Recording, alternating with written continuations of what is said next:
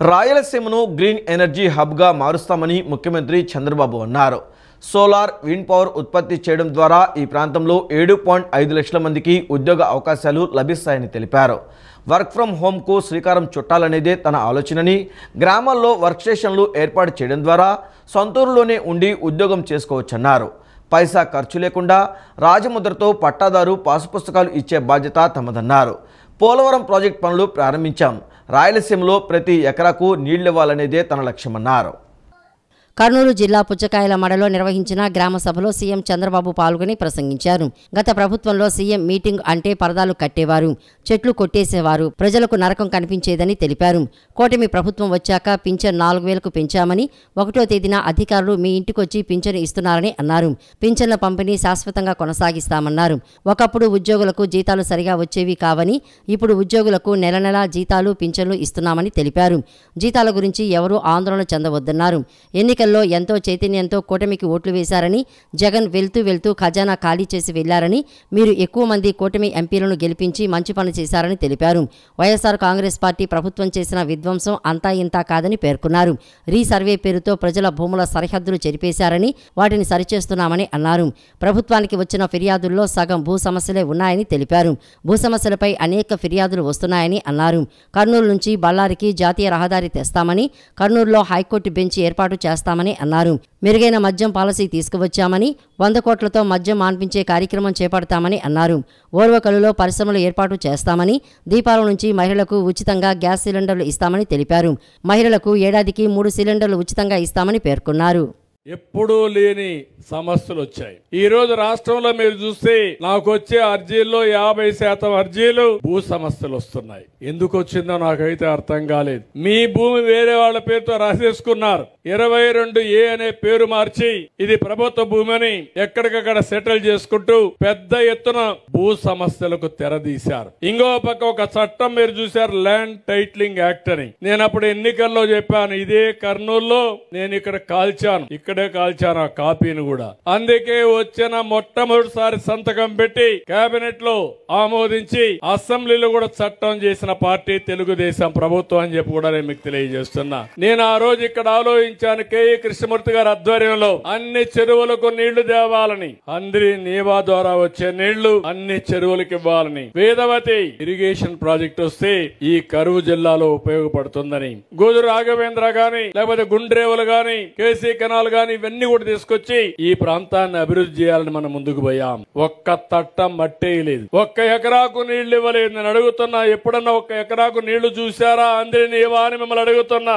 నేను ఆ రోజు మీ అందరికీ మైక్రో ఇరిగేషన్ కింద తుంపర్ల సేద్యం, బిందు సేద్యం రాయలసీమలో 90% సబ్సిడీతో ఇచ్చాం. ఈ రోజు ఉన్నాయని మిమ్మల్ని అడుగుతున్నా. పోలవరం పనులు మళ్లీ శ్రీకారం చుట్టాం. పోలవరాన్ని గోదావరిలో ముంచేసే పరిస్థితికి వచ్చారు. పోలవరం పూర్తయితే తద్వారా నీళ్లు కృష్ణా డెల్టాకు వస్తే అక్కడ వాడే నీళ్లు శ్రీశైలం నుంచి రాయలసీమకి ఇస్తున్నాం. కానీ రేపు రాబోయే రోజుల్లో ఏదైతే పోలవరం పూర్తి చేసి ఆ నీళ్లు పెన్నాకు గాని అనుసంధానం చేయగలిగితే రాయలసీమలో కరువు అనే మాట లేకుండా ఉంటుంది. ఈ సంవత్సరం వర్షాలు ఎక్కువ పడ్డాయి. రాష్ట్ర వ్యాప్తంగా ఉన్న రేషన్ కార్డుదారులందరికీ కందిపప్పు, పంచదార పంపిణీకి అన్ని ఏర్పాట్లు చేశామని రాష్ట్ర పౌర సరఫరాల శాఖ మంత్రి నాదెండ్ల మనోహర్ అన్నారు. రేషన్ కార్డుదారులకు కిలో కందిపప్పు, అరకిలో పంచదార అందిస్తామని తెలిపారు. ఈ పంపిణీ ద్వారా 1,48,43,671 మంది రేషన్ కార్డుదారులకు ప్రయోజనం చేకూరుతుందన్నారు. కిలో కందిపప్పు ధర 67, అరకిలో పంచదార ధర 17గా నిర్ణయించామన్నారు. నేటి నుంచి రాష్ట్ర వ్యాప్తంగా కందిపప్పు, పంచదార కూడా రేషన్ కార్డుదారులకు అందిస్తామన్నారు. నిత్యావసరాలు అందుబాటు ధరలో ఉండాలన్నదే కూటమి ప్రభుత్వ ఉద్దేశమని రాష్ట్ర పౌర సరఫరాల శాఖ మంత్రి నాదెండ్ల మనోహర్ తెలిపారు. కూటమి ప్రభుత్వం పాలన మొదలైనప్పటి నుంచి ముఖ్యమంత్రి చంద్రబాబు నాయుడు, ఉప ముఖ్యమంత్రి పవన్ కళ్యాణ్ ప్రజలకు నిత్యావసరాలు అందుబాటు ధరలో ఉంచేలా చూడాలని పౌర సరఫరాల శాఖకు దిశానిర్దేశం చేశారని తెలిపారు. ఈ క్రమంలో 2 మార్లు బియ్యం, కందిపప్పు ధరలు తగ్గించేలా చూశామన్నారు. రైతు బజార్లు, పెద్ద సంస్థాగత రిటైల్ దుకాణాల్లో కిలో కందిపప్పు దేశావళి రకం 150కి, బియ్యం స్టీమ్డ్ బీపీటీ సోనా మసూరి 48 రూపాయలు, బియ్యం పచ్చి బీపీటీ సోనా మసూరి 47కి విక్రయించేలా చూశామన్నారు. ఇప్పుడు రేషన్ కార్డుదారులకు కందిపప్పు పంచదార కూడా అందుబాటులోకి తీసుకువచ్చామన్నారు. కూటమి ప్రభుత్వం ఉద్దేశం ఒకటేనని, ప్రజలకు పేదలకు నిత్యావసరాలు అందుబాటు ధరల్లోకి తీసుకురావడమేనని తెలిపారు. అదేవిధంగా అనుకోని విపత్తులు సంభవించినప్పుడు సత్వరమే స్పందించి ఆపదలో ఉన్న ప్రజలకు నిత్యావసరాలు ఇచ్చేలా శాఖను సన్నద్ధం చేసింది తమ కూటమి ప్రభుత్వమని తెలిపారు. ఇటీవల సంభవించిన వరదల సమయంలో బాధితులకు బియ్యం 25 కేజీలు, నూనె 1 లీటరు, పంచదార 1 కేజీ, కందిపప్పు 1 కేజీ, ఉల్లిపాయలు 2 కేజీలు, ఆలుగడ్డ 2 కేజీలు అందించామని తెలిపారు. నేటి నుంచి రాష్ట్ర వ్యాప్తంగా కందిపప్పు పంచదార కూడా రేషన్ కార్డుదారులకు అందిస్తారని అన్నారు. కిలో కందిపప్పు ధర 67 రూపాయలు, అర్ధ కిలో పంచదార 17 రూపాయలుగా నిర్ణయించారని అన్నారు. తిరుమల లడ్డు అంశంలో సీఎం చంద్రబాబుపై సుప్రీంకోర్టు వ్యాఖ్యలను బీజేపీ రాష్ట్ర అధ్యక్షురాలు దగ్గుబాటి పురంధేశ్వరి తప్పుబట్టారు. రాజ్యాంగ పదవిలో ఉన్న అతను రాష్ట్రానికి సంబంధించి ఏ అంశంపై అయినా మాట్లాడతారని, లడ్డు విషయంలో జరిగిందే చెప్పారని అన్నారు. చంద్రబాబు అలా మాట్లాడకుండా ఉండాల్సింది కాదని ధర్మాసనం పేర్కొనడం సరికాదన్నారు. తిరుమల లడ్డు వ్యవహారంలో సీఎం చంద్రబాబుకు వచ్చిన సమాచారంతో ఆయన ప్రకటన చేశారని ఆంధ్రప్రదేశ్ బీజేపీ అధ్యక్షురాలు దగ్గుపాటి పురంధరేశ్వరి తెలిపారు. అధికారులతో సమీక్ష చేసుకున్న తర్వాతే తిరుమల లడ్డు విషయంపై మాట్లాడి ఉంటారని అన్నారు. బీజేపీ రాష్ట్ర కార్యాలయంలో వారధి కార్యక్రమం జరిగింది. ఈ కార్యక్రమంలో దగ్గుపాటి పురంధరేశ్వరి పాల్గొన్నారు. ప్రజల నుంచి అర్జీలు స్వీకరించి ఆయా సమస్యలపై అధికారులతో మాట్లాడారు. ఈ సందర్భంగా పురంధరేశ్వరి మాట్లాడుతూ సీఎంగా ఆయన అపచారం జరిగిన విషయాన్ని ప్రజలకు తెలియచెప్పి ఉంటారని చెప్పారు. ప్రభుత్వాలు తీసుకున్న నిర్ణయాలు ఎలా అమలవుతున్నాయనేది పరిగణలోకి కోర్టు తీసుకుంటుందన్నారు. ముఖ్యమంత్రి చంద్రబాబుని మీరు ఎందుకు అలా మాట్లాడారు అని కోర్టులకు అడిగే హక్కు ఉంటుందా అనేది అందరూ ఆలోచన చేయాలన్నారు. లడ్డు విషయంలో న్యాయస్థానంలో కూడా విచారణ జరుగుతుందని చెప్పుకొచ్చారు. ప్రతిరోజు ఒకళ్ళవన్న చొప్పున మేమందరం కూడా ఇక్కడ కూర్చుంటున్నాము. ఆ సందర్భంలో కేవలం మా కార్యకర్తలు మాత్రమే కాకుండా ప్రజలు కూడా వచ్చి వారి యొక్క అర్జీలు ఏవైతే ఉన్నాయో, వారి రిక్వెస్ట్స్ ఏవైతే ఉన్నాయో మాకు వారు ఇవ్వటం జరుగుతుంది. ఆ సందర్భంలో సాధారణంగా వెంటనే వీలైతే సంబంధించినటువంటి అధికారులకి ఫోన్ చేసి వెంటనే దాన్ని సాల్వ్ చేయమని చెప్పి వాళ్ళకి రిక్వెస్ట్ చేయడం జరుగుతుంది. ఆ దిశగా చూసినట్లయితే చాలా వరకు వెంటనే ఫోన్ చేసిన వెంటనే సమస్యలు పరిష్కారం అవుతున్నాయి. చాలా వరకు కూడా భూమికి సంబంధించిన విషయాలు, అదేవిధంగా ట్రాన్స్ఫర్స్కి సంబంధించినటువంటి విషయాలు, కొంతమంది ఉపాధి అని చెప్పి రావడం, ఇవన్నీ సాధారణంగా జరుగుతాయి.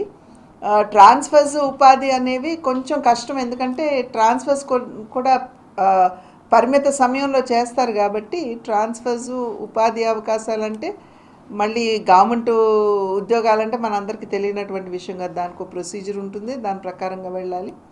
ప్రైవేట్ వాళ్ళకి వీలైనంత వరకు ఒకవేళ ప్రైవేట్ ఉపాధి అని అంటే కనుక వాళ్ళకి ఫోన్ చేసి రిక్వెస్ట్ చేయటం. ముఖ్యమంత్రి గారు he is the constituent head of the state. ఆయన ఉన్నటువంటి పరిస్థితుల్ని వారు సమీక్షించుకుని దాని మీద వారు ఒకవేళ స్టేట్మెంట్ ఇవ్వాలా వద్దా అనేది వారి యొక్క ఆలోచన విధానం మీద ఆధారపడి ఉంటుంది. ద కోర్ట్ వచ్చి సాధారణంగా ప్రభుత్వాలు తీసుకునేటువంటి నిర్ణయాలు ఏవైతే ఉన్నాయో అవి సరిగ్గా అమలవుతున్నాయా లేదా అనేటువంటి విషయాల్ని వారు పరిగణలోకి తీసుకోవాల్సినటువంటి బాధ్యత కోర్టుకుంటుంది. అంతేగాని ముఖ్యమంత్రి గారు మీరు ఎందుకు మాట్లాడారు అని ప్రశ్నించే అధికారం కోర్టులకు ఉన్నదా అనేది అందరం కూడా ఒక్కసారి ఆలోచించాలి. తిరుమలలో కల్తీ నెయ్యి ఘటనపై సిట్ దర్యాప్తు తాత్కాలికంగా నిలిపివేస్తున్నట్లు డీజీపీ ద్వారకా తిరుమలరావు తెలిపారు. ఈ కేసు విచారణ సుప్రీంకోర్టులో సాగుతున్న దృష్ట్యా రాష్ట్ర న్యాయవాదుల సూచనల మేరకు దర్యాప్తు తాత్కాలికంగా నిలిపివేస్తున్నట్లు డీజీపీ వెల్లడించారు. న్యాయస్థానం ఆదేశాలకు అనుగుణంగానే సిట్ దర్యాప్తు కొనసాగుతుందని ఆయన వెల్లడించారు. తిరుమలలో జరగబోయే బ్రహ్మోత్సవాలలో భక్తులకు ఎలాంటి ఇబ్బంది ఉండదని డీజీపీ స్పష్టం చేశారు. భక్తులకు ఎలాంటి అసౌకర్యం లేకుండా ఏర్పాట్లు చేస్తున్నట్లు తెలియజేశారు. తిరుమలలో కల్తీ నెయ్యి ఘటనపై సిట్ దర్యాప్తు తాత్కాలికంగా నిలిపివేస్తున్నట్లు డీజీపీ ద్వారకా తిరుమలరావు తెలిపారు. ఈ కేసు విచారణ సుప్రీంకోర్టులో సాగుతున్న దృష్ట్యా రాష్ట్ర న్యాయవాదుల సూచనల మేరకు దర్యాప్తును తాత్కాలికంగా నిలిపివేస్తున్నట్లు డీజీపీ వెల్లడించారు. న్యాయస్థానం ఆదేశాలకు అనుగుణంగానే సిట్ దర్యాప్తు కొనసాగుతుందని ఆయన వెల్లడించారు. కల్తీ నెయ్యి అంశం సుప్రీంకోర్టులో ఉందన్న డీజీపీ అంతర్గతంగా విచారణ చేశాక ఒక నిర్ణయం వస్తుందన్నారు. సాధారణంగా కేసు తీవ్రతకు అనుగుణంగా సిట్ ఏర్పాటు ఉంటుందని, ఫిర్యాదు ప్రకారం ఏ సెక్షన్లు వర్తిస్తాయో దాని చట్టానికి అనుగుణంగా కేసు ఉంటుందని పేర్కొన్నారు. చట్టం, న్యాయస్థానం ఆదేశాల ప్రకారమే తాము నడుచుకుంటామని తెలిపారు. కేసు విచారణ పూర్తి పారదర్శకంగా ఉంటుందని, చట్టాన్ని గౌరవిస్తూ కోర్టుల ఆదేశాల ప్రకారమే తమ పనితీరు ఉంటుందని స్పష్టం చేశారు. తిరుమలలో జరగబోయే బ్రహ్మోత్సవాల్లో భక్తులకు ఎలాంటి ఇబ్బంది ఉండదని డీజీపీ ద్వారకా తిరుమలరావు స్పష్టం చేశారు. భక్తులకు ఎలాంటి అసౌకర్యం లేకుండా ఏర్పాట్లు చేస్తున్నట్లు తెలిపారు. భక్తులకు అందుబాటులో ఆర్టీసీ అదనపు బస్సు సర్వీసులు ఏర్పాటు చేస్తున్నామన్నారు. ప్రత్యేక బస్సుల్లో అదనపు ఛార్జీలు ఉండవని డీజీపీ తెలిపారు. 2000కు పైగా సీసీ కెమెరాలు ఏర్పాటు చేసి అనుమానాస్పద వ్యక్తులపై ప్రత్యేక నిఘా ఉంటుందని వెల్లడించారు. తిరుమాడ వీధుల్లో భక్తులకు ఇబ్బంది లేకుండా అన్ని సౌకర్యాలు ఉంటాయన్నారు. ట్రాఫిక్ నిబంధనలు పాటించేలా అవగాహన కల్పిస్తామని పేర్కొన్నారు. ఆర్టీసీ బస్సు కూడా అదనంగా నడుపుతా ఉన్నాం. రోజు ఉండేటువంటి 404 బస్సులు అయితే అది కాకుండా యావరేజ్గా వాటిని మేము ఒక 1450 ట్రిప్స్ రోజు నడపడానికి ప్రయత్నిస్తాము.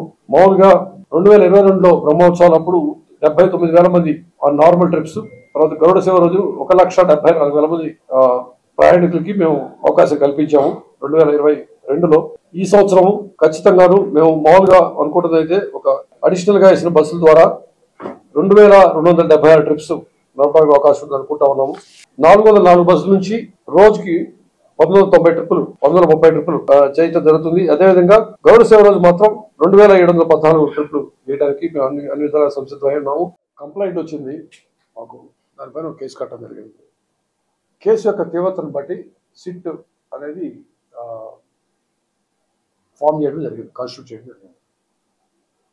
కేసు తీవ్రతను బట్టి ఒక ఐజీ స్థాయి అధికారిని పెట్టి చేయడం జరిగింది.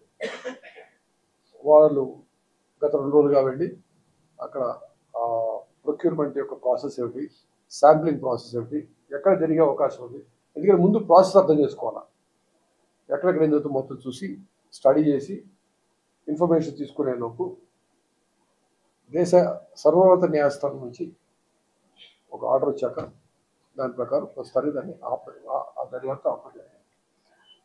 So what I want to you is the case is at the apex court, సర్వోన్నత న్యాయస్థానం సుప్రీంకోర్టు పరిధిలో ఒక ఆలోచన జరుగుతున్నప్పుడు 3వ తారీఖు వరకు ఆహ్వానం చెప్పినప్పుడు దీనికన్నా ఎక్కువ మాట్లాడటం సమంజసం కాదు. What I told you I already clearly told.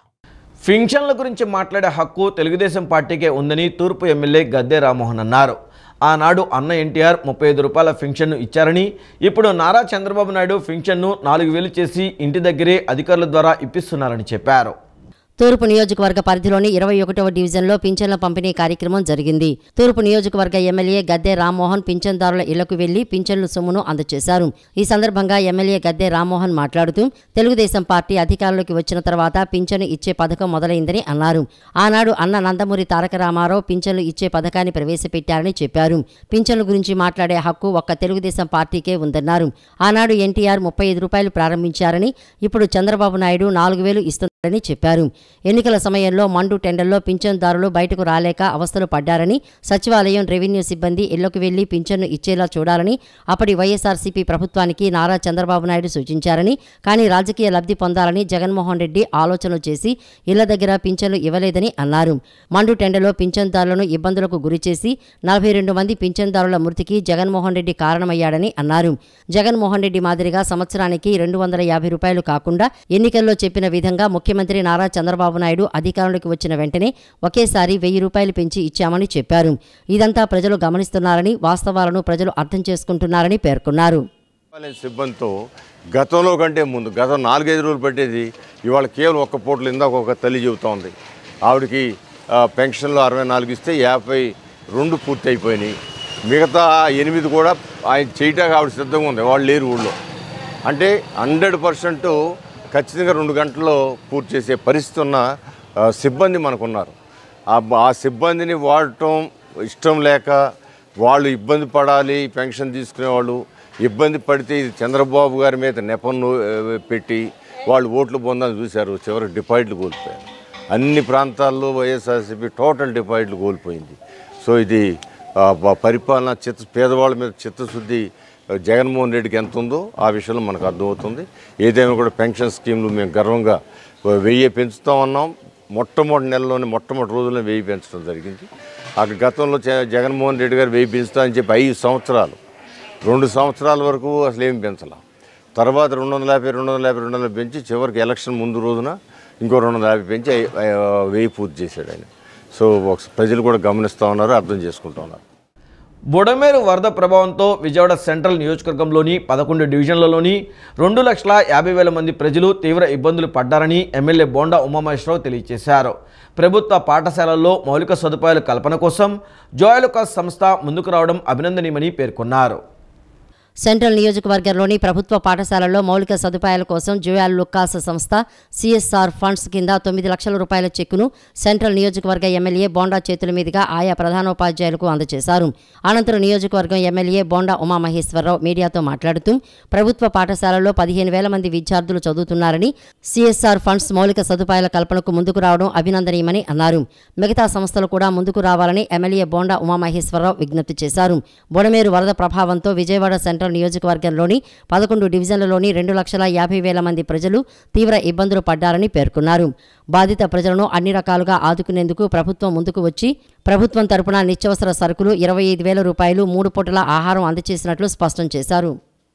Government స్కూల్స్కి మీరు హెల్ప్ చేయండి. దాదాపు 15,000 మంది పిల్లలు చదువుతూ ఉన్నారు గవర్నమెంట్ స్కూల్స్లో.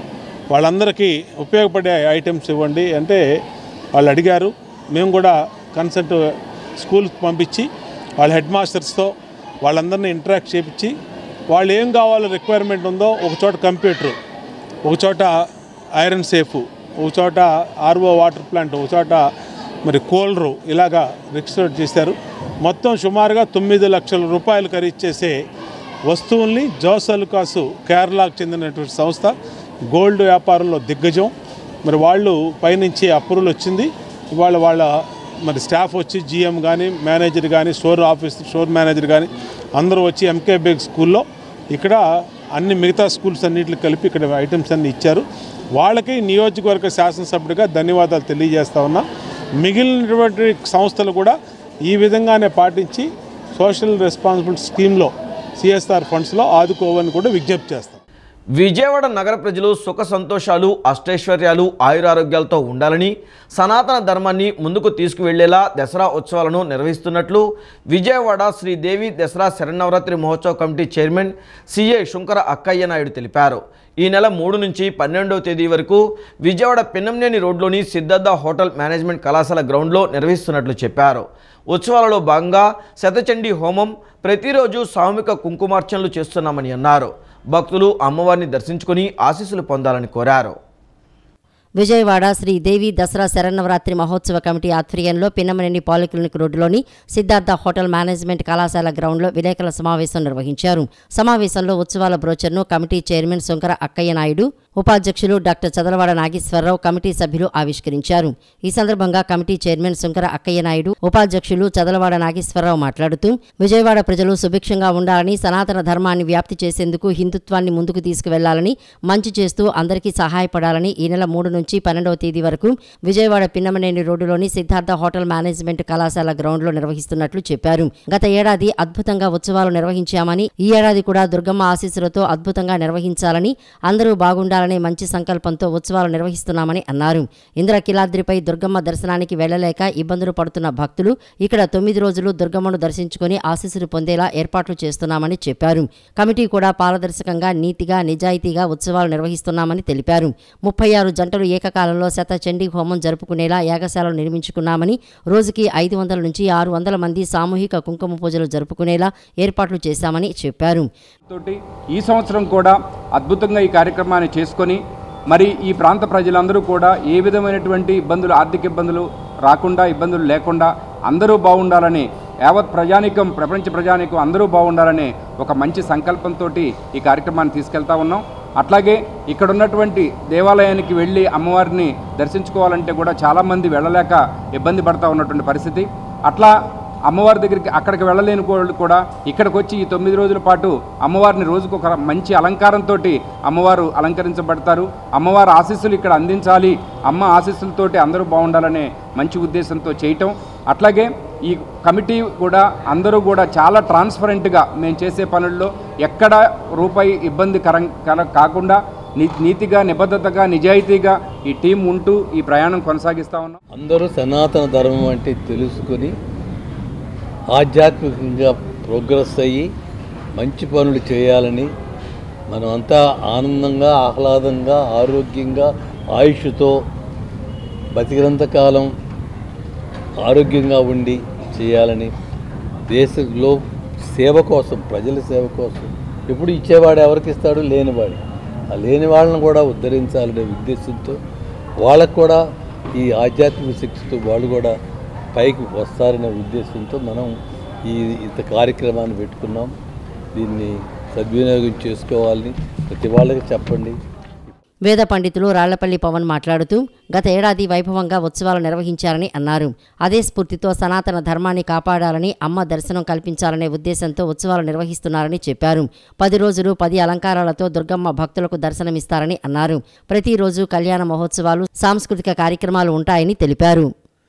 అమ్మవారికి ప్రదర్శింపజేసి ఆమెను ఆనందింపబరి చేయడం కోసం అనేక సాంస్కృతిక కార్యక్రమాలను కూడా ఇక్కడ కమిటీ వారు ఏర్పాటు చేయడం జరుగుతోంది. ఇటువంటి మహత్తర కార్యక్రమం ఇక్కడ జరగడం అనేది విజయవాడ నగరంలో మనకు సమీపంలో ఇక్కడ విజయవాడ హోటల్ మేనేజ్మెంట్ వారి యొక్క గ్రౌండ్, వారి సహకారం, సిద్ధార్థ కాలేజీ వారి సహకారంతో ఇక్కడ ఈ కమిటీ వారందరూ ఏర్పాటు చేసి ఉన్నారు. దీన్ని మనం వినియోగించుకోవడం అనేది భక్తులుగా మన యొక్క అవకాశం. కేవలం ఇది వినియోగించుకోకపోతే మన దురదృష్టం కిందే భావించాలి. ఎందుకంటే ఇటువంటి కార్యక్రమం ఇక్కడ సమీపంలో జరగడం మనందరి అదృష్టం.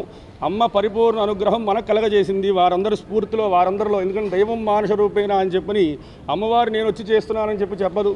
ఎవరో మన తోటివారి ద్వారా, వారి ద్వారా వాళ్ళలో స్ఫూర్తిని కలగజేసి వారందరినీ కూడా ఒక ఐకమత్యాన్ని చేసి ఇటువంటి మహత్తర కార్యక్రమాలు ఇక్కడ ఏర్పాటు చేయించింది ఆ అమ్మవారు.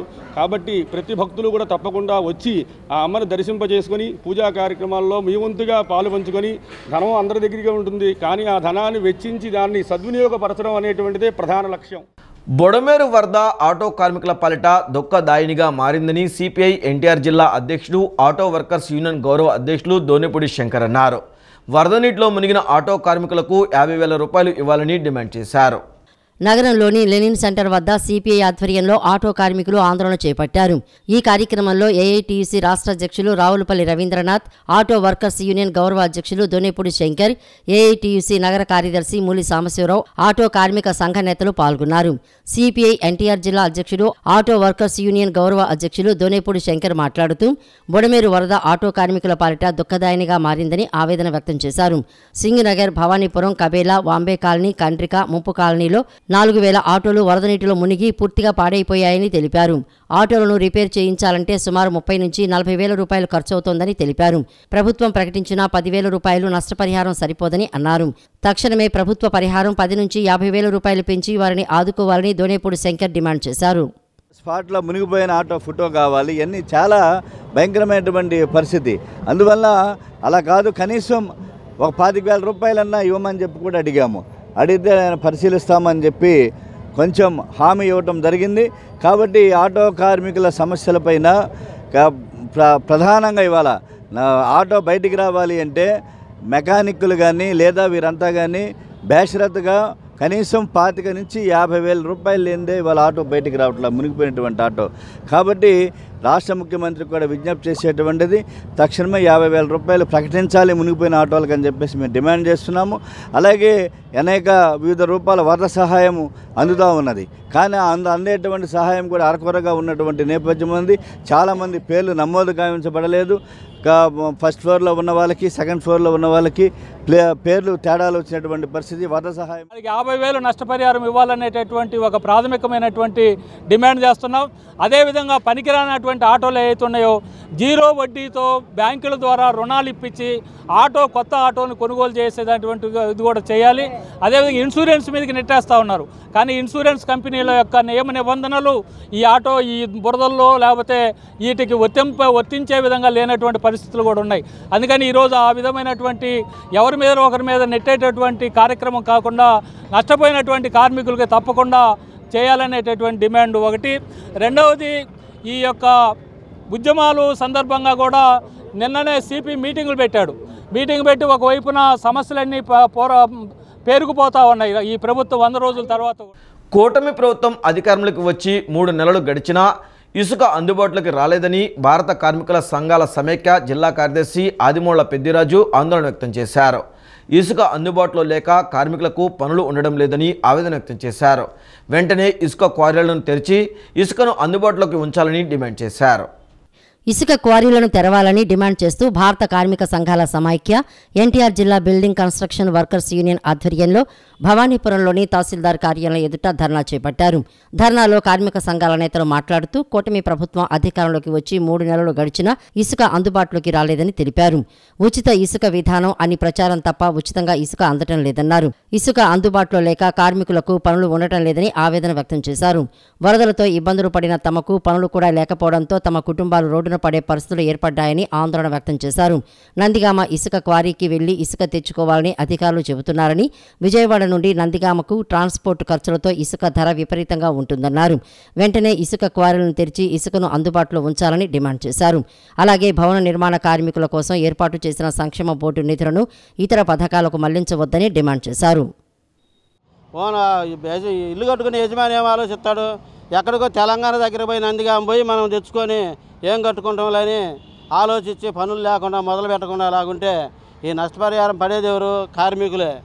ఈ కార్మికులను ఆదుకుంటామని ఆ మీటింగుల్లో చెప్పి ఇసుక సమస్యల మీద ఇసుక దోసుకున్నారు, ఆడమ్ముకున్నారు, ఈడమ్ముకున్నారని చెప్పడమే జరిగింది. కానీ మీరు వచ్చిన తర్వాత దాన్ని కచ్చిష్టం చేసి ఈ ఇసుక రీచ్లు ఎక్కడెక్కడ ఇవ్వాలి, ఎక్కడిస్తే వాళ్ళకి ఉచితంగా ఇసుక అందుద్ది, మేమేదో ఇసుక ఉచితంగా ఇస్తామని డప్పా కొట్టుకొని ఈరోజు ప్రభుత్వం ఎక్కిన తర్వాత ఆ ఇసుక ఎక్కడ ఇవ్వాలి, ఎక్కడిస్తే అందుబాటులో ఉంటుందని ఆలోచన లేకుండా ఇసుక ఇచ్చాము, ఊరకి ఇచ్చాము, మీరు తెచ్చుకోవాలి, బండ్లు పెట్టి తెచ్చుకోండి, కిష్టాకి వెళ్ళి మోసుకోండి అంటే ఇసుక వస్తా? కార్మికులు వెళ్ళి తెచ్చుకోవాలా? ఇంటి యజమాని తెచ్చుకోవాలా? యజమానికి అందుబాటులో ఉచిత ఇసుక అన్నప్పుడు అందుబాటులో రీచ్లు మాకు ఎక్కడ అయినా రీచ్లు అందుబాటులో ఎక్కడికక్కడ అందుబాటులో ఉండేటట్టు పెట్టాలని ఈ ప్రభుత్వానికి డిమాండ్ చేస్తూ నేను ఫ్రీగా ఇస్తానని చెప్పేసి సంక్షేమ పథకాలు అమలు చేస్తానని చెప్పేసి వచ్చిన ఇప్పుడు రాష్ట్ర ప్రభుత్వం దాని నిమ్మకు నీరెత్తినట్టు ఉంది. కనీసం పట్టించుకోని పరిస్థితి ఉంది. ఇసుకను ఫ్రీ ఎక్కడగా ఇచ్చే పరిస్థితి లేదు. అసలే ఇల్లు గడవక కుదేలైన పరిస్థితి. ఇంకా ఇది ఇవ్వకపోతే ఏ రకంగా జరగాలి ఏంటిది అనేది కూడా అర్థం చేసుకోవచ్చు. అన్ని రకాలుగా కూడా సామాన్య ప్రజలు ఇబ్బందులు పాల్పడుతున్నాడు. దాంతోపాటు ఉన్న సంక్షేమ బోర్డును నిర్వీర్యం చేయడానికి ఇప్పుడు కృషి చేస్తూ ఉన్నారు రాష్ట్ర ప్రభుత్వం. దాన్ని మేము ఐఎఫ్టీగా అడ్డుకుంటాము. గట్టిగా పోరాడకపోతే ఈ సమస్యల పరిష్కారం కాదు. కానీ ఇప్పుడు సంక్షేమ బోర్డు 12-14 సర్క్యులర్ని రిలీజ్ చేస్తూ ఉన్నారు. ఆ సర్క్యులర్ని మనం గట్టిగా చేయాల్సిన పరిస్థితి ఉంది. లడ్డూ ప్రసాదంపై ఆరోపణలు రావడం బాధాకరమని రామాంజ సంక్షేమ సమితి ఆచార్య రామాంజ సంక్షేమ సమితి చైర్మన్ ఆవేదన వ్యక్తం చేశారు. గాంధీనగర్ ప్రెస్ క్లబ్ నందు విలేకరుల సమావేశాన్ని నిర్వహించారు. స్వయంగా ముఖ్యమంత్రి ఆరోపించారు. తిరుమల శ్రీవారి సన్నిధిలో ప్రతి కార్యక్రమం ఆగమశాస్త్ర ప్రకారం జరగాలన్నారు. ప్రభుత్వం స్పందించి లడ్డూ ప్రసాదంపై సమగ్ర విచారణ చేపట్టాలని డిమాండ్ చేశారు.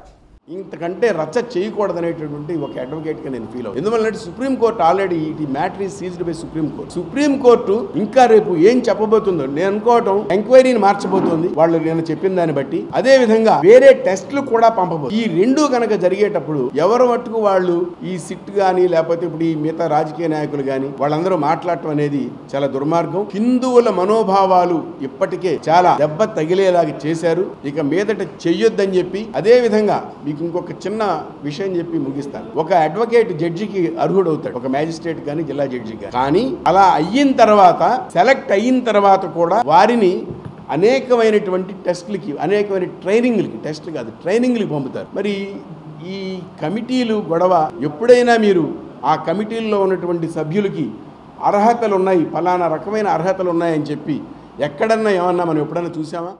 విజయవాడ బందర్ లాకుల సమీపంలోని స్వతంత్ర సమరయోధుల భవనంలో ప్రపంచ వృద్ధుల దినోత్సవ సభను నిర్వహించారు.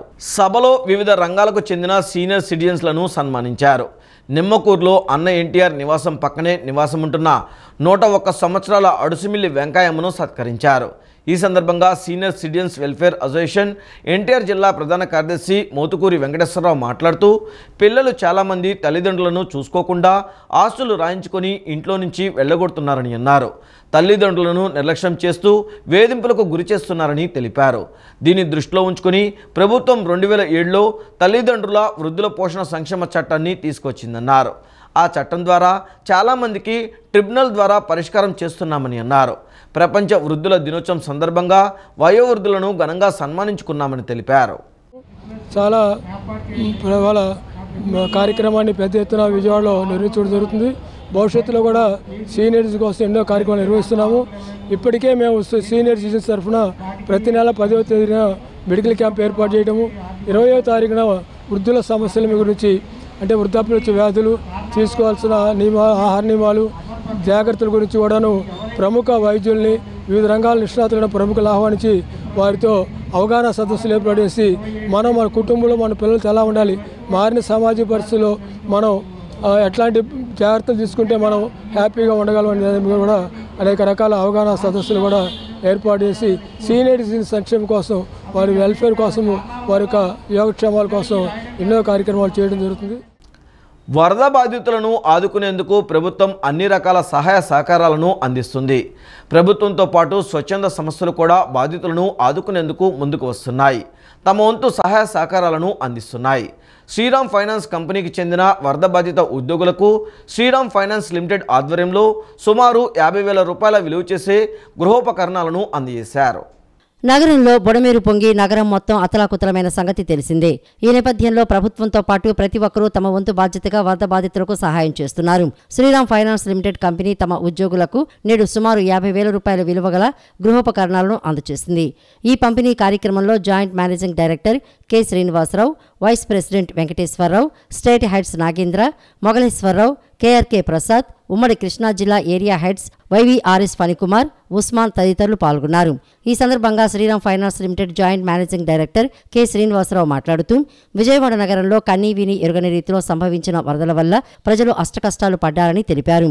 గతంలో ఎప్పుడూ నగరంలో ఇలాంటి వరదను చూడలేదన్నారు. తినడానికి ఆహార పదార్థాలు, తాగడానికి నీళ్లు లేక రాత్రిళ్లు చిమ్మ చీకటిలో తీవ్ర అవస్థలు పడ్డారని తెలిపారు. ఆ విపత్తు సమయంలో తమ సంస్థ తరపున అనేక సేవా కార్యక్రమాలు చేసినట్లు చెప్పారు. వరద బాధితులైన తమ ఉద్యోగుల్లో ఒక్కొక్క ఉద్యోగికి 50,000 రూపాయల విలువ గల 7 రకాల వస్తువులను అందజేశామని పేర్కొన్నారు. శ్రీరామ్ ఎంప్లాయీస్ వచ్చేసి ఈ వరదలకి ఎవరైతే ఇబ్బంది పడ్డారో వాళ్ళందరికీ వచ్చేసి ఆర్థికంగా సహాయం చేయాలనే ఉద్దేశంతో వాళ్ళందరికీ ఇంట్లో హౌస్ హోల్డ్ ఆర్టికల్స్ అన్ని ఇవ్వడం జరుగుతుంది. మా ఎంప్లాయీస్ ఆగస్టు నెలాఖరులో కానీ సెప్టెంబర్ మొదటి వారంలో కానీ ఫ్లడ్ ఎఫెక్ట్ అయిన ఎంప్లాయీస్ చాలా ఇబ్బందులు పడినారు. ఆర్థికంగా కూడా చాలా నష్టపోయినారు. వీళ్ళల్లో ఎవరైతే ఈ వరదలో ఇబ్బంది పడినారో ఆ ఎంప్లాయీస్ అందరికి కూడా ఆర్థికంగా ఎంతో కొంత చేయూతనివ్వాలనే ఉద్దేశంతో మా ఎండి చక్రవర్తి గారు, మా జేఎండి శ్రీనివాస్ గారు ఏదైనా చేయాలనే ఉద్దేశంతో ఆ లిస్ట్ అంతా ప్రిపేర్ చేయించారు. దాంట్లో దాదాపుగా 60 మంది ఈ వరద బాధితుల్లో మా ఎంప్లాయీస్ ఉండటం జరిగింది. ఈ 60 మందికి క్యాష్ ఇస్తే బెటరా లేకుంటే ఐటమ్స్ ఇస్తే బెటరా అనేది జేఎండి గారు క్యాష్ ఇస్తే మళ్ళీ వేరే విధంగా వెళ్ళిపోద్ది, ఆ వరదల్లో ఏమైతే వస్తువులు దెబ్బతిన్నాయో అవి రీప్లేస్ చేస్తే కనుక వాళ్ళకు ఉపయోగపడుద్దనే ఉద్దేశంతో ఆయన పర్సనల్గా జేఎండి గారు పైన కంపెనీ పై స్థాయి నుంచి అప్రూవల్ తీసుకుని వచ్చి వీళ్ళందరికీ కూడా ఒక్కొక్కరికి దాదాపుగా 50,000 రూపాయల విలువైన వస్తువుల్ని ఈరోజు డిస్ట్రిబ్యూట్ జేఎండి గారి చేతుల మీదుగా ఇవ్వటం జరుగుతుంది. యూరోప్లో ప్రసిద్ధి చెందిన Georgian national university SEU official admission సెంటర్ను విజయవాడలో ఏర్పాటు చేశారు.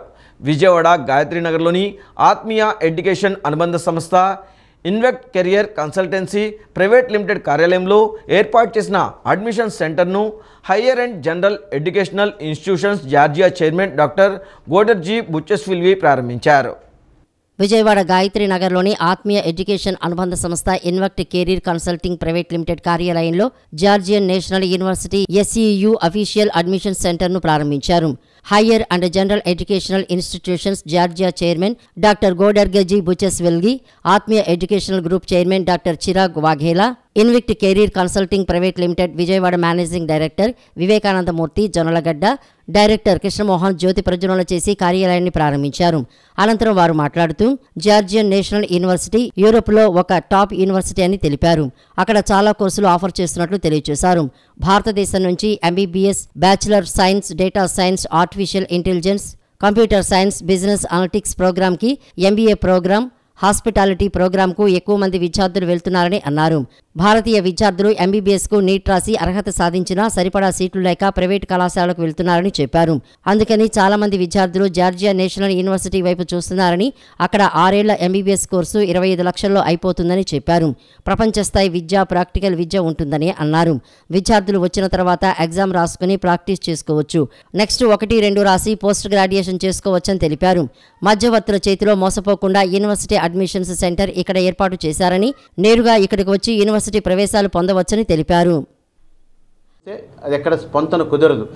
ఆ ప్రైవేట్ కాలేజీలు చాలా కాలేజీల్లో ₹1 కోటి 2 కోట్లు ఇంకా పైన కూడా ఉన్నాయి. అంచేత ఈ జార్జియా వైపు అందరూ చూస్తున్నారు. జార్జియా నేషనల్ యూనివర్సిటీలో మొత్తం కాస్ట్ 25 లక్షల్లో అయిపోతుంది ఫీ స్ట్రక్చర్ అంతా కలిపి. మన హాస్టల్ ఖర్చులు కొద్దిగా ఎక్కువ ఉన్నా సరే ఎక్కువ వేరేగా అవుతాయి, ఎడిషనల్గా ఎక్కువ ఉండవు, ఎడిషనల్గా అవుతాయి. అది కాకుండా 25 లక్షలు అయిపోతుంది. అది ఒక అడ్వాంటేజ్ అయితే world class education, practical approach, completely practicals నేర్చుకుంటారు. Kind of facilities for them. Plus, I would like to underline our successful cooperation with ADMI Education. Now we are opening a new recruiting office in Vijayawada, so we are glad for it. So we wish all the students success, those who decide to apply our university, and wish them success and future development and future career. Thank you. Each and every student. For all the parents, they always want their child to be in the safe hands. For their security, safety, we have got huge infrastructure, our own hostels, our own team, our own Indian people to take care of your kids.